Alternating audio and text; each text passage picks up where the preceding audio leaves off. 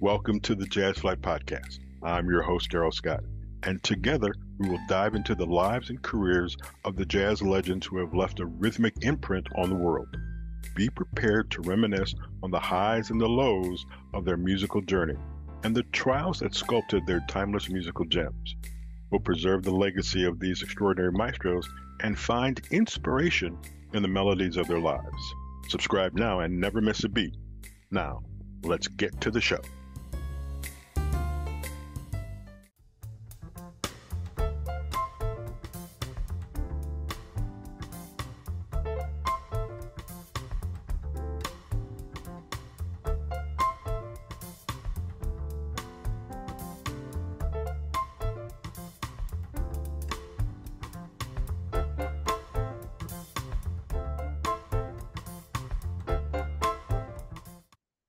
Our guest today is John Kellogg, whose resume includes being a radio disc jockey in Cleveland at WABQ. He was an attorney. He managed the OJs.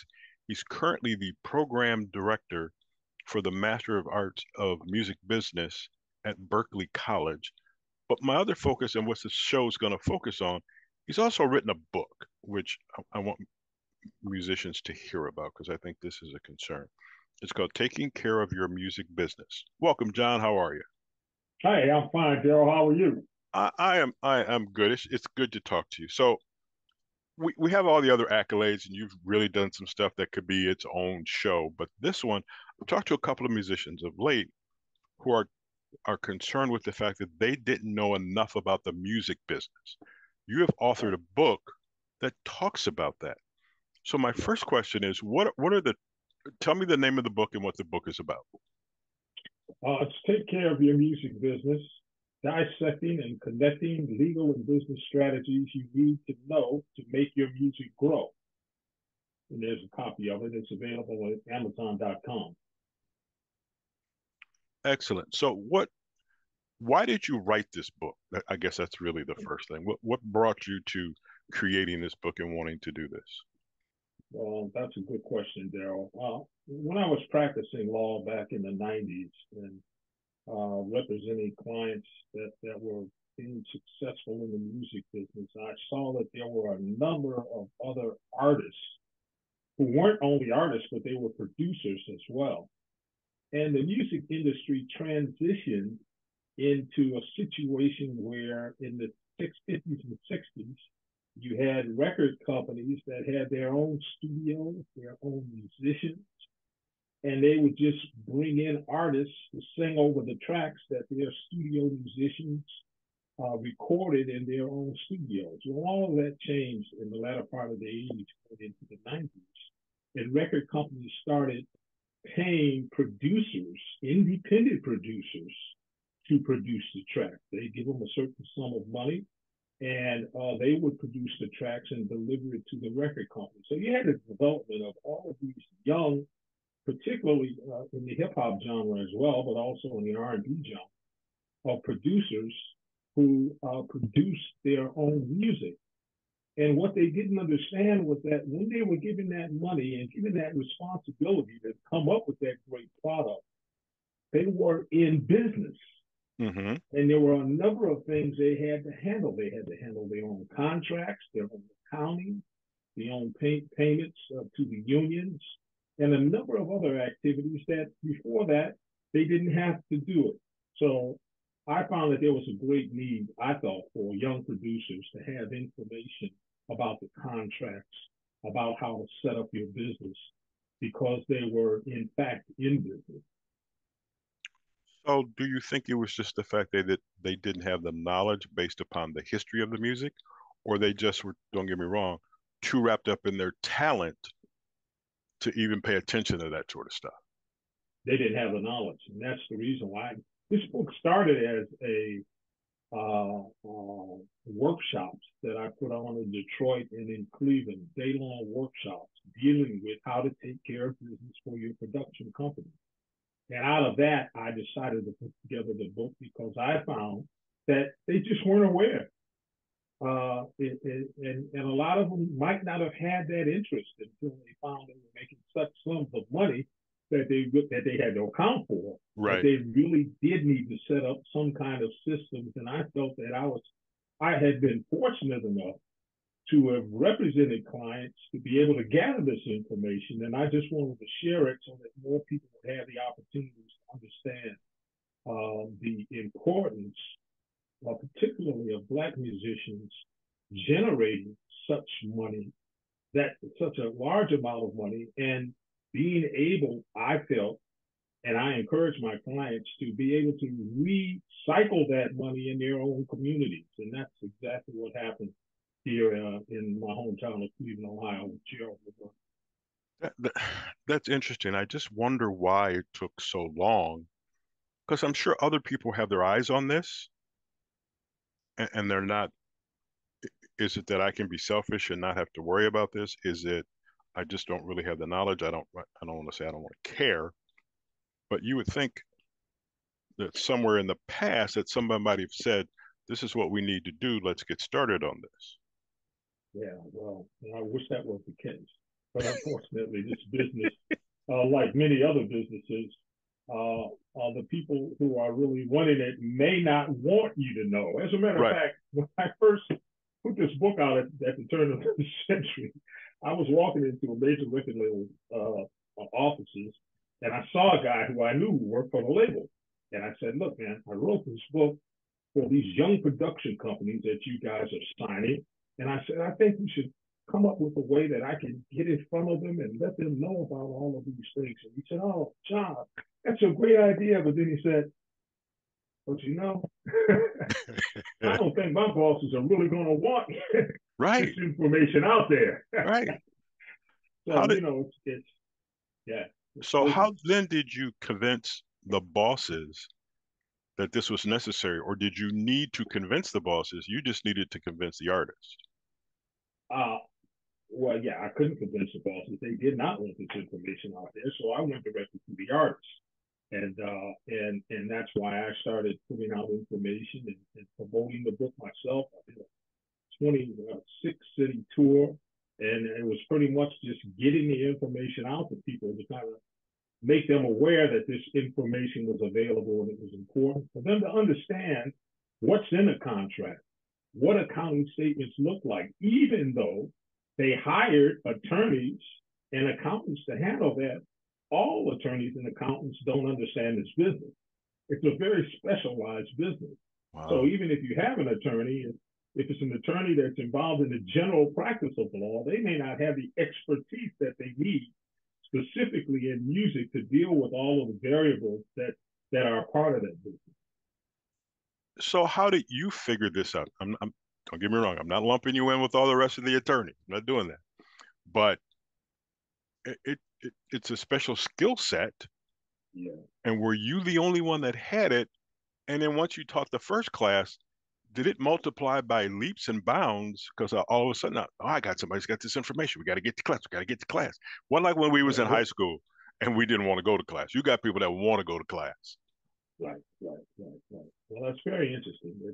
Which gets into the historical aspect of an organization called the Black Entertainment and Sports Lawyers Association, which was started the year that I graduated from law school in 1980. And that was a group of a few Black attorneys who worked inside companies wanting to educate more Black attorneys about the intricacies of the contracts in the music industry, because they found that a lot of them that came to them and tried to negotiate on behalf of their clients didn't understand the information. So with that organization, we were able to hold workshops and allow them to kind of educate us as to the types of deals that could be done. So I was just blessed to have been the part of the first wave. I mean, I was there at the very first conference, and there might have only been more than a handful, I mean, of attorneys in private practice that represented talent, because at that time we were still on the cusp of many Black entertainers feeling that Black lawyers weren't competent enough to represent them. Right. And I was just blessed and fortunate that the OJs and Walter Williams and Eddie LeVert took an interest in me and allowed me to represent them to get in to understand these concepts. So over the course of years, we went from a handful of Black attorneys understanding this to 43 years later, after the inception of the organizations, we have Black attorneys that are working for Netflix, NBC Universal, all of the various companies. They're inside these companies now. And you have a number of skilled attorneys, because Beasley has gone on for 43 years educating Right. attorneys as to the newer aspects of contracts over the course of years. So it's very satisfying to see where the entertainment law field, particularly for Black attorneys, has grown over the years. This is a harsh question. Was there ever anybody that you talked to who just wouldn't listen to you, and you just basically want to slap them upside the head and go, you're not getting it. Let me explain this to you in a different way. What were some of the struggles you had in getting people to go to this side? Well, I think that all depends on the kind of clients that you've had. I've had a hard time. Some clients I couldn't convince and to allow me to represent them in the manner that I thought they should be represented. And you're going to have that. You're going to have people that just aren't going to get it and would rather go a different route, and they've done that. I had that with one of my major clients that wouldn't hire an attorney that cut a deal for them that I thought I could have done much better as far as the kind of money they could have made. And I had done deals that were that much better, but for whatever the reason, they decided to go with this other attorney. So it happens, as it does in any business, you know. That's I can hear you in these meetings, and I've never known you to be a volatile type of guy, but there's this calmness about you in the years that we've known each other that I go, I bet he just sat there kind of like, just wait, go ahead, do what you need to do. At some point, you're probably gonna come back to me. Um, Let me ask this, and this is the part that is taking over. Music, and I don't know, you have to educate me about this. Music contracts are different now because you have to include things like Spotify, Apple Music, the MP3 field that we're now in. And Right. I don't know how does that play into it now? Before you could say, and I don't know, once again, educate me, you could sell a million records, but now how does that relate to a million spins on Spotify? Streams, I mean, your streams, right. Yeah, Yeah, how does that work? And you're also not necessarily the musicians also, and I don't know. Once again, I need education. Is the musician getting a cut of those streams? And just how do you do all this now with everything changing? that's a real problem in the industry now, and it's changed the industry dramatically. I mean, for songwriters, for instance, songwriters who don't record, who don't go on the road, all they do is write songs. Right, Back in the 90s, they were able to write songs that would just appear on the album. They were never singles. right, But one of their songs or one of the 10 or 12 songs on an album, and for each album that was sold, they'd get a royalty, right, right? 4 right. cents, 5 cents, 6 cents. It went up to 9 cents at the first part of the century per record. Mhm. So you had songwriters that didn't have to write hits. They could write filler songs and still make a good living writing songs. All of that was wiped out this century, right? Wow, For the most part, because look, they aren't selling albums anymore. right. And I mean they are, but I mean to a much lesser degree right now, either online or physical copies. And so there's been a whole wave of songwriters. I always relate to Nashville. Nashville is a great town, great music, gospel music, all types of Right. music, Hmm. and gospel. But there were songwriters there that never really had to have a hit, that were able to make a real decent living, getting up every day and going into the studio, knocking out songs, because record companies knew that they were going to earn publishing royalties and the publishing companies would handle that for them and take their piece, and they give them advances, substantial enough advances that they can make a living just getting up every day going into the studio. Man, that's been decimated over the past 20 years. And I tell people that's who I really have the most compassion for are songwriters, people that's a special talent to write a song. Right, yeah. That can write a song and compose music. And so all of those things have been drastically changed as we moved into the streaming economy. And as you know, you've heard that first stream, an artist gets maybe 0.0003 cents. I mean, it's a fraction of a penny per stream. And so they have to, except for those who are selling or having millions and millions of streams, it's very hard for them to make money and to be artists only and without going on the road and generating income. It's just a very difficult situation that we find ourselves in. So I don't know how, for lack of a better term, musicians are now making money because it seems to be your cut, we'll call it, has been diminished so much. It's just like, well, here before, and let's use Grover Washington Jr. Granted, he didn't write everything, but everything that he wrote, whether it was Mr. Magic.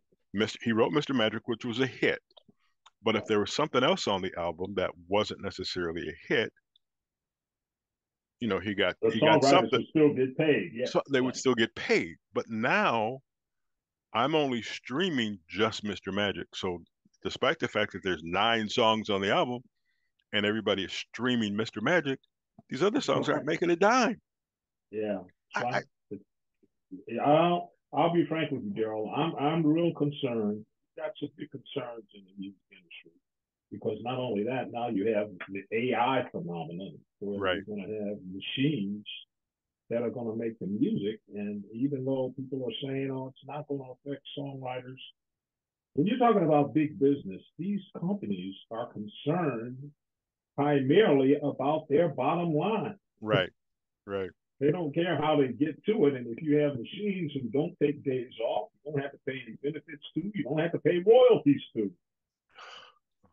Will that have an effect? I'm concerned about that. And I know a lot of other people are as well. I mean, that's all. And I think those things are going to be of concerns to artists, particularly going into the year 2030. And that's why I say for people out there who are interested in possibly pursuing a career in entertainment law and music law, I think there's going to be a great opportunity because there's so many issues, legal issues that have to be, and business practice issues that have to be dealt with over the next 5 to 10 years, that there's really going to be a need for qualified people to get in there and establish norms that are going to continue to allow creative people to make a living doing their craft.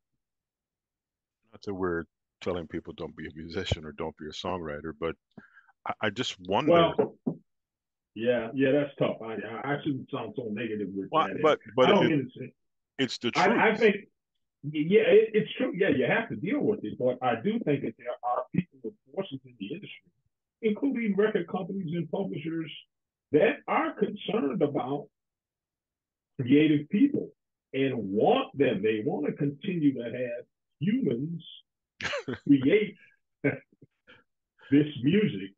And I think it's something that people have to have it anyway. I mean, I strongly feel that. I say all the time, people got to have it. People got to have it. They've got to go to concerts and feel that energy that's coming from people. That's always going to be there. Right. So it's just a matter of you if you're going to put your heart and soul into that, recognizing that there are going to be people out there that are going to want to fairly compensate you. You just have to know how to be compensated and how to push the buttons or turn on the faucets of the money stream that make sure there's a lot coming to you. Man, you begin to have a conversation with people to talk about this stuff, and then you realize kind of like where it's going. I remember back in I think the 80s and early 90s when we stopped having live musicians and everything was a machine. There was a drum machine. Yeah. There was this machine. Right. And but now I think people see what that human can do. So we've kind of gone back to um, having a bass player, having a drummer, having this, having that. It's just it is so funny, and I've always been an advocate for uh, buy the album, buy the CD, buy it so you can have it, because the one thing about streaming, and I learned this at a radio station that we both worked at, there were so many album cuts that here's the hit, or maybe here's one or two hits, but this song never gets played. And you're thinking, this is a tremendous song. Right. Or you had artists, and I don't know if you remember, there was a guy, Gene Dunlap, I believe he was the drummer for Earl Club. Yeah. Yeah, he was a Nobody, drummer, I think, right? right, yeah, Yeah. nobody really knew him. It was up to radio stations and people in the radio stations to find this album and play it, because there were Before You Break My Heart, and I can't remember the other song, but I don't think anybody would have known that, which then cuts into, all right, so these people just made this album, they're not playing the hits, all the writers are not getting money. This is this is tough. I think we'll go back to there was I can see the CD cover. There was a band who sold cassettes like at airports, and that's how they made money, because Oh, they could sell their wares, so to speak. right, right. Um, you had an illustrious career. You have. But the thing that I'm always amazed at, don't get mad at me, you've done, you've had 18 different silos. You know what I mean? It's being the announcer, being the lawyer, being this, being that, and successful at all of those. What what is your reasoning? How do you do that? I mean, there are many people that, you have a career early on, maybe you go to another one, maybe you go to a third one. But I'm going to sneak this in there, but I don't know how many people know. You spend some time with Cameo, okay? Right. You go from Cameo, then you become a lawyer, then you get to the OJs, and now you're at the Berkeley College of Music. Dude, describe that journey. Well, that's interesting, Darrell. I just because I've developed a philosophy that I really share with all my clients and I share with my students as well, but particularly artists. I would say, and I started saying this maybe 20, 30 years ago to my clients and others, that you have to morph at some point. You have to morph into other careers and do other things and create other sources of revenue. Now everyone's saying it, and it's true. But I don't know if I was selfish, but I just made sure that I had to look out at some point for my own interest and recognize and think. My dad told me a long time ago, he said, son, think with a long view. I didn't know what that meant. Think with a long view. He said, think about what you're going to be doing 25, 30 years from now. He Wow. said, that's how the leaders of this country work. They're not thinking about it now. They're thinking, what are you going to do 20, 25 years from now? And that had an impact on me. So I decided very early on when I was recording and trying to make it in the music business, even when I was with Cameo, that at some point I'm going to stop performing and then I need to get involved in something else. Now, in my mind, I thought that I'd perform for a while, get experience there, and then get into management. Mm-hmm. And I never did get into management. I never did manage the OJs. I was Okay. always just their attorney. Okay. But I thought that I would, well, but I mean, it's similar to management. And so when I was with the group with Cameo, I was thinking, if I go to law school now, and it was a tough thing for me to leave the band at that time. They put out the first album, and I had to hear myself on the radio. And I wasn't with the group because I was going to law school, working Right. at the public still, saving money to go to law school that fall. Right. But I said, something, in 30, 35 years from now, I'm going to be in just as good a position, if not a better position, than a lot of these guys in the band that are just thinking that they're going to ride this fame thing until it drops. So I was really never as much interested in the fame aspect as I was in the Right. fortune.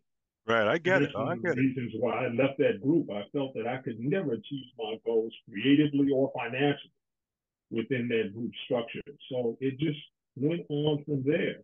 Once I decided to go to law school and I started to represent clients, and then in the middle of the 90s, I got interested in that.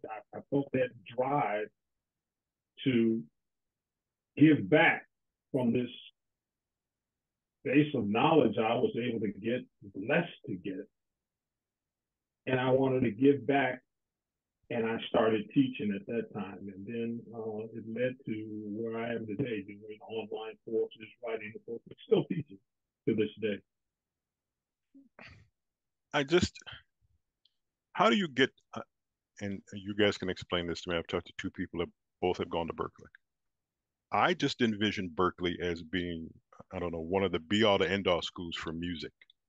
Um, how do you get there? I mean, you got to have a heck of a reputation for them to pick up the phone and go, John Kellogg, hey, we'd like for you to come up and run this program. You interested? Man, wow, another interesting story. So I was representing clients in the end of the 90s, and I started to, and that's why, I tell students to read and get as much information as possible about what's happening in the future. So we get to the end of the 90s, and you have the peer-to-peer file sharing coming in, sales are dropping. You have a lot of gangster rap coming in, and I really didn't want to represent clients in that genre. And I had this desire to try to give back. So I found out that they actually have programs at the college level that teach about the music business. I didn't even know that. And once I found out about that, it kind of piqued my interest. And so I got my first job as an assistant professor at the University of Colorado at Denver, assistant professor of music business. And I worked there for about 4 years, and I saw an ad in Billboard magazine one day, and they said that Berkeley College of Music was looking for an assistant professor of music business. And I had been a part of an organization, the Music and Industry Educators Association. So I kind of been aware of that position being there. And I applied for that gig. And lo and behold, one of our mutual friends from WABQ, Larry Simpson, had just come to Berkeley a couple of years before that as the head VP of academics, or some primary position. He was in charge of all of the academic programs.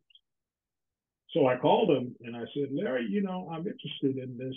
Yeah, boy, can you tell me what it was? He said, John, Dad, we'd be glad to have you. And I think it'd be a great place for you. Let's change the world. Let's do something here. Mm-hmm.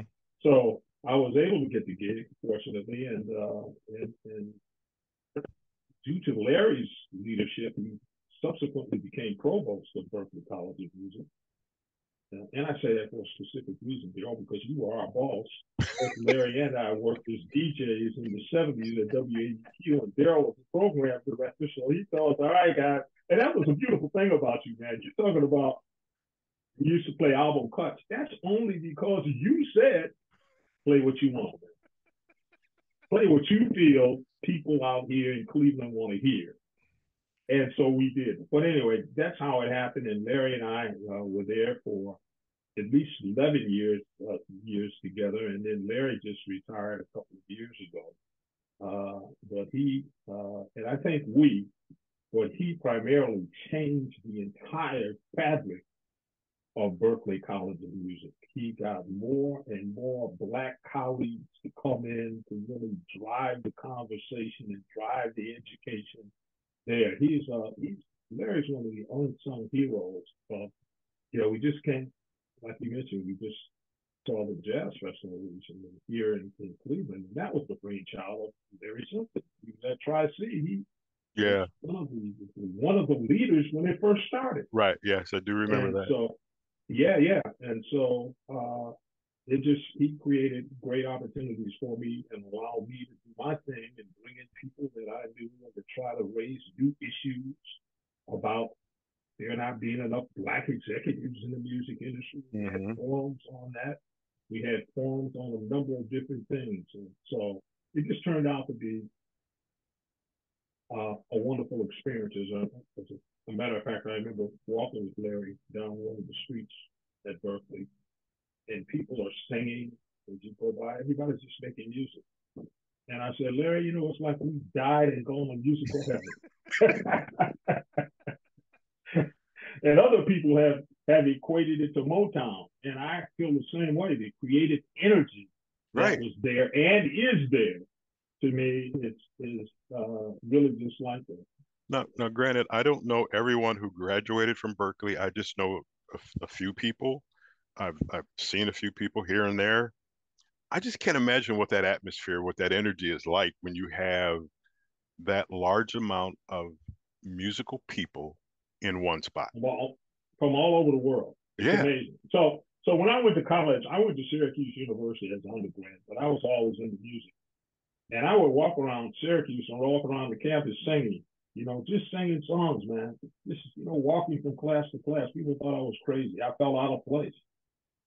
But then after going to Berkeley, it was like, man, I should have gone to Berkeley because that's exactly what happened. People are singing in the street, they're just making music.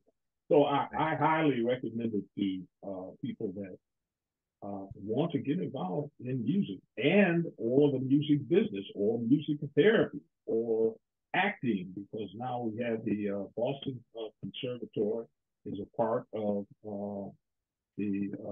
Berkeley, the Boston Conservatory at Berkeley College of Music. So it's just a wonderful, wonderful, wonderful place. All right, I'm going to put you on the spot as an educator. I'm not sure how many listeners we have. I know there's a bunch of people that'll be listening to this. There's a bunch of parents out there whose children aspire to be musicians or in the music business. Recruit them. Why should they come there? It is the finest, the leading contemporary music institution in the world. It has outlets in Valencia, Spain, where you can go study. New York City, as a matter of fact, Berkeley College of Music just took over the Power Station studio, historic recording studio, Power Station in New York, and they have classes as well. And I've heard talk that they might be thinking about opening up something in LA at some point. So it's a growing institution. It's 6,000 great musicians. And even if you aren't a musician, there's a new program in the music business department now where you don't have to have a musical background, but you can actually study, and it's a Bachelor of Arts degree in music business. So you study the business aspects of entertainment as well. There's no other collection of thousands of the best musicians in the world. I'm talking about young musicians. I'm talking about prodigies that are there that you're mixing and mingling with and playing with that will enable you to go out and make a living. Now, Berkeley College of Music, just like every other college, doesn't mean that you're going to be successful. Right. I mean, that depends on you. Right. But you can acquire the skills that are going to put you in a position to be able to best make a decent living and a good living of doing what you love. First of all, I'm going to say this. I am just proud to know you. It has nothing to do with me being your boss. It has nothing to do with that. It's just good information. You're honest, you're fair, you're straightforward. I want to do something a little off kilter. I know that you enjoy music, but if I said, John, you can go anywhere in the world, anywhere. You have front row center seats to whatever concert. Who would you want to see? That's And a tough one. I know Let it's me a tough say this question for though, you. and this is an answer to a question that somebody asked me in one of my classes recently. And I said, I think the greatest pound for pound created musical talent in popular music, in I'm being very careful about this, in the 20th century and maybe even beyond, has got to go to Prince. Okay.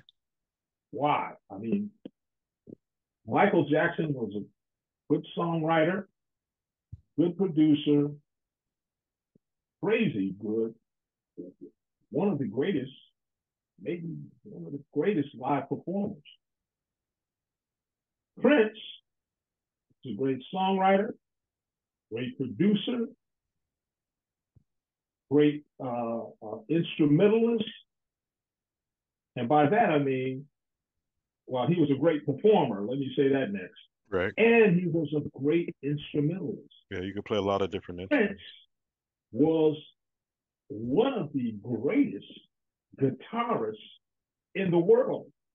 And that's the thing that I think gives him the edge over Michael Jackson. If you ever went to a Prince performance, man, he performed at about the same level as Michael Jackson. Right. I mean, Yeah. this guy was all over the stage with Right. sliding down ramps for 2.5 hours. Right.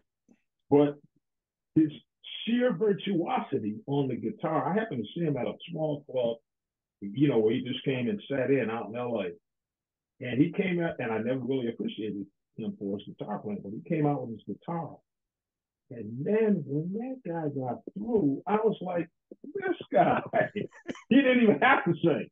Right. I mean, he was just a phenomenal guitarist. That's what takes it over the edge for me. So, I mean, it's been since like 1978 or 9 since I've seen him perform, you know, the last time I saw him perform. But he was just, so I'd have to say Prince. It's a long answer. That's fine.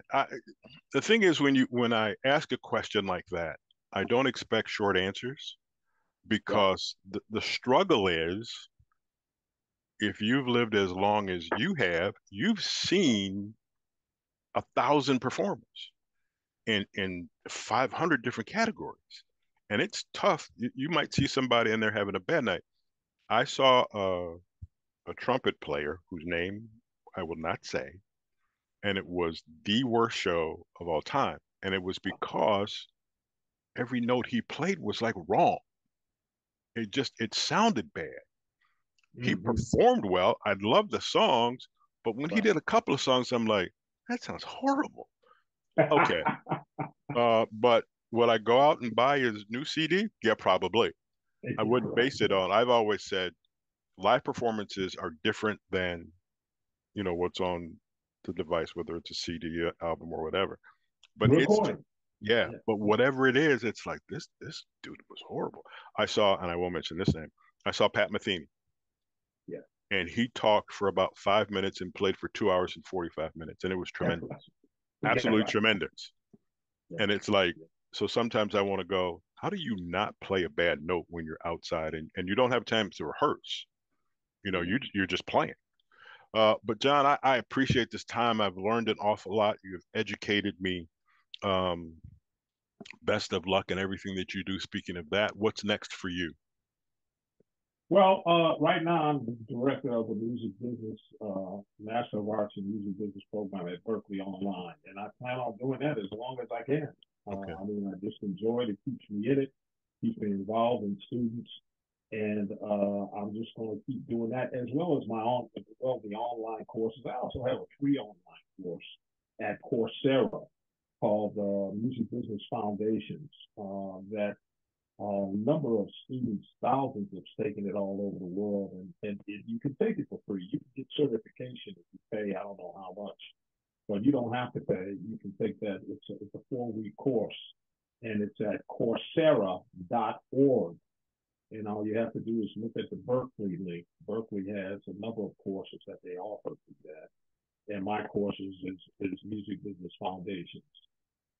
Yeah, so that's it. I'm in the internet space now. It's doing exactly what we're doing, and I was fortunate to be a part of Berkeley Online that I started about 2010 and did the Coursera course about 7 or 8 years ago. And it's just a wonderful opportunity for students to learn about the music industry. Darrell, man, it's been a pleasure. Thank you for Well, before I go, let's plug the book one more time. Talk about the book, because I know many people are going to Take care of your music business. Take care of your music business. Dissecting and connecting legal and business strategies you need to know to make your music grow. And that's on Amazon.com.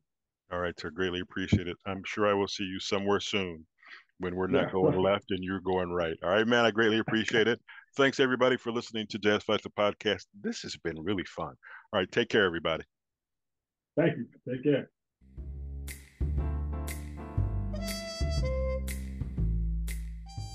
Thank you for tuning in to the JazzFlyte Podcast.